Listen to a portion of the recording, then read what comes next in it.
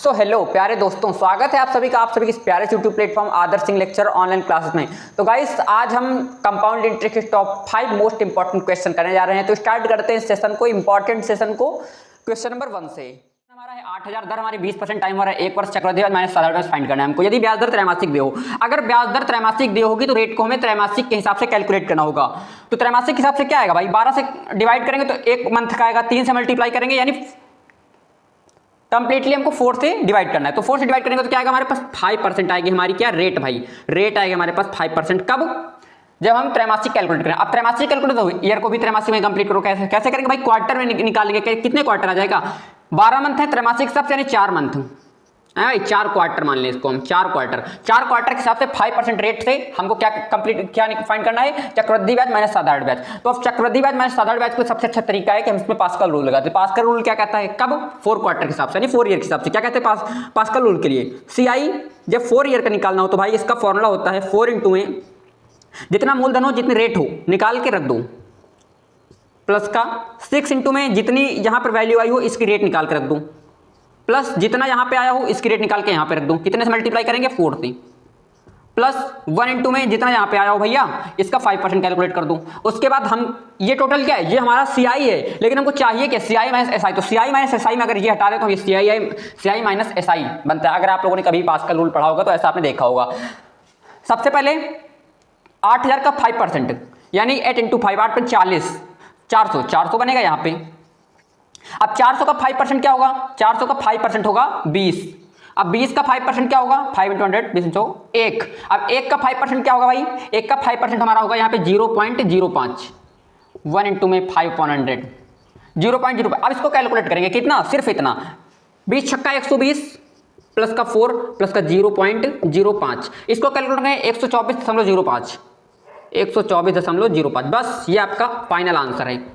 तो मात्र 10 से 20 सेकंड में आप इस तरीके से इस क्वेश्चन का आंसर निकाल सकते हैं। हमारा 18,000 है, दर हमारी 16 से 2% समय 1 वर्ष 73 दिन चक्रवृद्धि ब्याज। तो इसमें हमारा जो सबसे बेहतरीन मेथड होगा वो हमारा होगा ट्री मेथड, और किसी से अच्छा नहीं रहेगा। ये ट्री मेथड से लगाते हैं। तो ट्री मेथड हमारा ये कहता है कि जो हमारी रेट होती है पहले उसको देखते हैं। रेट हमारी 16 से 2% है, यानी कि इसको हम क्या परसेंटेज आपने पढ़ा होगा कि 1/6 लिखते हैं भाई, 1/6।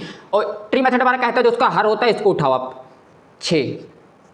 अब जो आपका टाइम है उसकी पावर वो ले लो। तो टाइम हमारा 1 वर्ष 73 है भाई, ऐसे कैसे पावर ले लें 1 वर्ष 73 है। अगर 1 ईयर होता तो 1 पावर होती, 2 ईयर होता तो 2 पावर होती। तो हम इसको 2 ईयर मान लेते हैं, बाद में हम माइनस कर देंगे। तो अगर 2 इसको मान लें और फर्स्ट ईयर के लिए ब्याज कैलकुलेट करें, चक्रवृद्धि ब्याज, और सेकंड के ईयर के लिए, तो फर्स्ट ईयर का वाला 1/6, 36 का 1/6 क्या होगा, 6 होगा भाई। इसका क्या होगा, 6 होगा। अब कंपाउंड इंटरेस्ट है तो इसका भी निकालेंगे 1/6, तो इसका आ जाएगा पास 1। अब भाई देखिए ये हमारा दूसरे वर्ष का है, यानी कंप्लीटली 1 वर्ष का है, लेकिन हमको चाहिए कितना, 73 दिन का। चूंकि 1 वर्ष इधर तो हो गया हमारा, इधर हमको 73 दिन का चाहिए। तो 73 दिन के लिए हम क्या करेंगे, 73 को हम कैलकुलेट करेंगे ईयर में। तो 73 को हम जब 365 दिन से डिवाइड करेंगे तो हमारा ईयर में आ जाएगा जो अपन 1/5 ईयर हो जाएगा। अब अगर हमारे पहले का क्या है, पहला टोटल हमारा है 7, और 7 का हमें 1/5 चाहिए, यानी कि हमारा चाहिए 7/5।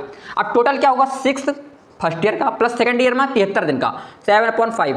अब भाई अब आपको पता होगा कि जो मूलधन है हमारा, इसको हमने मूलधन माना था रेट की पावर, टाइम को हमने मूलधन माना था। अब मूलधन मतलब 36 को हमने माना था, 18,000 की जगह हमने 36 को माना था हैं।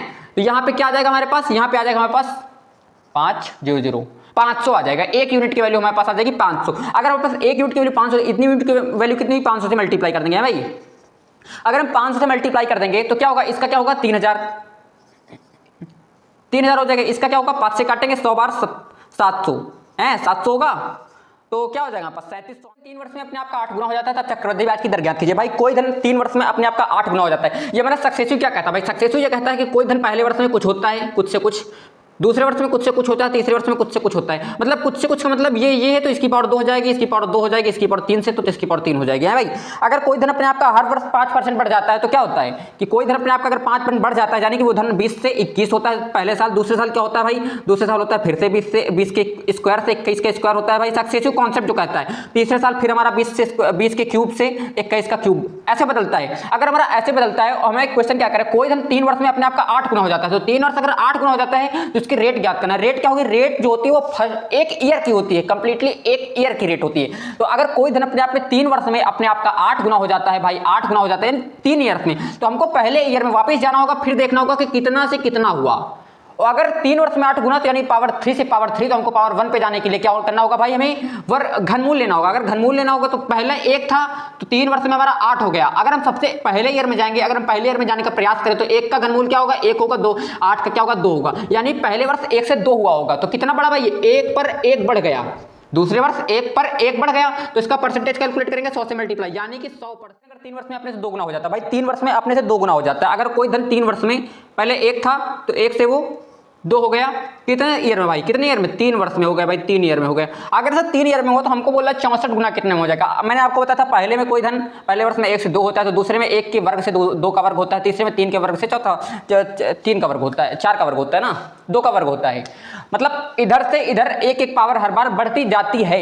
मीन्स जब वैल्यू हमारी 2 की ऐसी होगी कि ये वैल्यू हमारी टोटल 64 होगी, है भाई 64 होगी, तो 2 की कौन सी पावर पर वैल्यू 64 आती है, तो 2 की पावर वैल्यू हमें 6 पर आती है भाई। यानी कि ऐसा 6 बार चलेगा, 6 बार चलेगा। 2 की पावर 6 की वैल्यू कितनी होगी, 64 होगी। तो अगर ऐसा 6 बार चलेगा तो एक बार में, एक टर्न में 3 ईयर, तो 6 में 18 ईयर है भाई। में 8000 हो जाता है, 5 वर्ष 27000 हो जाता है। यानी कि 3 वर्ष के डिस्टेंस में ये 8000 से 27000 हुआ भाई। कितना, 8000 रुपए से 27000 रुपए, ऐसा हुआ हमारा 3 वर्ष में। अगर हम पहले वर्ष में जाएं तो हमने क्या बताया था, हर एक वर्ष पावर बढ़ती आती है। जब सक्सेसिव के कॉन्सेप्ट, जब पहले ईयर में जाएंगे तो इसका घनमूल, इसका घनमूल, इसका घनमूल हो जाएगा क्या भाई, 200 हो जाएगा, है 200। इसका क्या हो जाएगा भाई, हमारे पास 300 हो जाएगा, और इसका 0 0 कैंसिल करेंगे, 2:3। यानी कि हर वर्ष हमारा जो धन है वो 3/2 के रूप में परिवर्तित होता है, उससे मल्टीप्लाई होता है। तो पहले वर्ष हमारा धन क्या रहा था, हमारा पी था। दूसरे वर्ष नहीं, सॉरी, पहले 0 पर हमारा धन क्या था, पी था। पहले वर्ष में हमारा धन जो ब्याज मिला कितना मिला, 3/2 से बढ़ गया, और दूसरे वर्ष में हमारा धन फिर से 3/2 से बढ़ गया। इस प्रकार से जो हमारा दूसरा वर्ष का धन दिया गया है, यह दिया गया 8000। जब 8000 है 2 × 2 4, यानी कि 32000 धन हो गया हमारा भाई। और 32000 को जब 9 से 3 × 3 9 से डिवाइड करेंगे तो हमें क्या आ जाएगा, 9 × 3 = 27, 5 9 × 5 = 45, 9 × 5 = 45, 9 × 5 = 45.55, ऐसा आंसर आएगा हमारे पास। तो ये हमारे पास हो जाएगा हमारा मूलधन। तो आशा करते हैं आप सभी को वीडियो अच्छी लगी हो। वीडियो अच्छी लगी हो तो वीडियो को लाइक एंड चैनल को सब्सक्राइब जरूर कीजिएगा। Thanks for watching.